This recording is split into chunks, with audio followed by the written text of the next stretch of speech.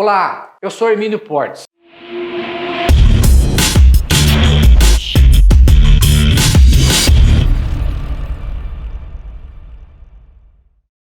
Olá, pessoal. Vim atualizá-los do andamento dos processos de interesse do público PCD. Pois bem, existe alguma particularidade quanto à atualização dos andamentos, porque houve 3 arguições de inconstitucionalidade, 2 pela 6ª Câmara de Direito Público e uma pela 12ª Câmara de Direito Público do Tribunal de Justiça. Essas 3 arguições de inconstitucionalidades foram procedentes e se reconheceu que houve a ofensa ao princípio da nonagesimal. E a partir de então, as ações estão começando a serem julgadas com base nesse julgado. Pois bem, com referência às ações propriamente ditas, existem 2 ações civis públicas em andamento a favor do público do PCD. Uma interposta pela Defensoria Pública e outra pelo Ministério Público.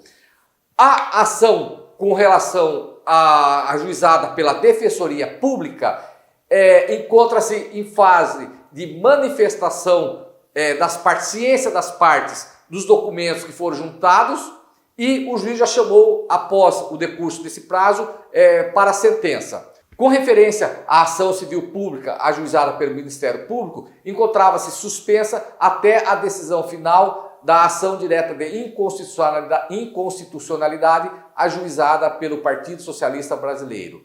Porém, como nessa ação houve a juntada das decisões que foram proferidas nas arguições de inconstitucionalidades arguidas pela 6ª e 12ª Câmara de Direito Público do Tribunal de Justiça, o juiz determinou a manifestação, a ciência das partes contrárias, que aliás já aconteceu a manifestação da Fazenda Pública, e após chamou o processo para a sentença. Então significa que ele optou por ser desnecessário a decisão a ser proferida na ação direta de inconstitucionalidade pelo PCB, considerando que já existe elemento suficiente e vai prolatar a sentença. Possivelmente a sentença também seguirá o mesmo caminho das arguições de inconstitucionalidade, ou seja, feriu-se o princípio nonagesimal.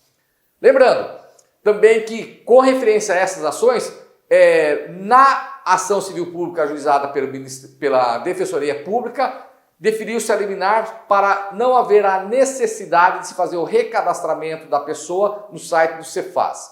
A Fazenda Pública não se conformou com essa decisão, agravou e foi indeferida a liminar o efeito ativo pleiteado por ela, então não há necessidade de se fazer o recadastro. Esse agravo ainda não foi julgado. Com referência à ação civil pública ajuizada pelo Ministério Público, lá foi inicialmente indeferida a liminar para suspender a cobrança do IPVA, mas houve a interposição do agravo de instrumento e nesse agravo foi deferida a liminar, inclusive já foi julgado. E o julgamento também foi favorável, falando que o IPVA de 2021 deve ser suspenso até decisão final. Uma coisa interessante que eu prestei atenção, que é importante frisar, que a Fazenda Pública do Estado de São Paulo, ela não recorre para os tribunais superiores. Ela permite que se transite julgado no próprio Tribunal de Justiça. O Tribunal de Justiça decidiu, ela não recorre. Isso é favorável, o que ela poderia ter feito em relação ao agravo interposto em face da ação civil pública, mas não fez. Com referência à ação direta de inconstitucionalidade ajuizada pelo Partido Socialista Brasileiro, diretamente no Tribunal de Justiça, ainda não foi julgado. Houve uma troca de relator e o processo ainda não foi julgado, mas possivelmente receberá o mesmo caminho que as 3 ações anteriores de arguição de inconstitucionalidade.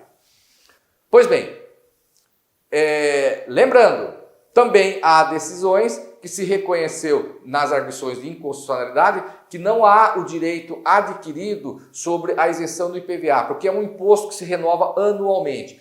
Então lembre-se, as pessoas que tiveram problema do IPVA de 2021 também terão em 2022, obviamente para quem não ajuizou a ação, ou os que já ajuizaram e tiveram transitado e julgado.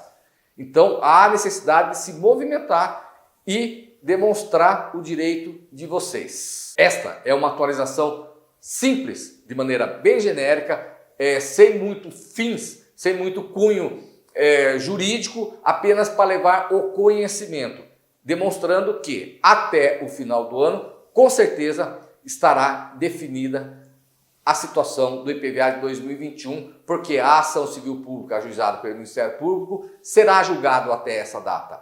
Bom, lembrando que com relação ao IPVA de 2021, com o julgamento que será feito da ação civil pública ajuizada pelo Ministério Público, tudo estará resolvido. Mas não para o ano de 2022, porque somente serão beneficiados as pessoas que tiverem deficiência grave e severa. Quem foi inicialmente beneficiado com a suspensão da cobrança e a deficiência não for grave, não seja grave e severa, em 2022 terá o mesmo problema.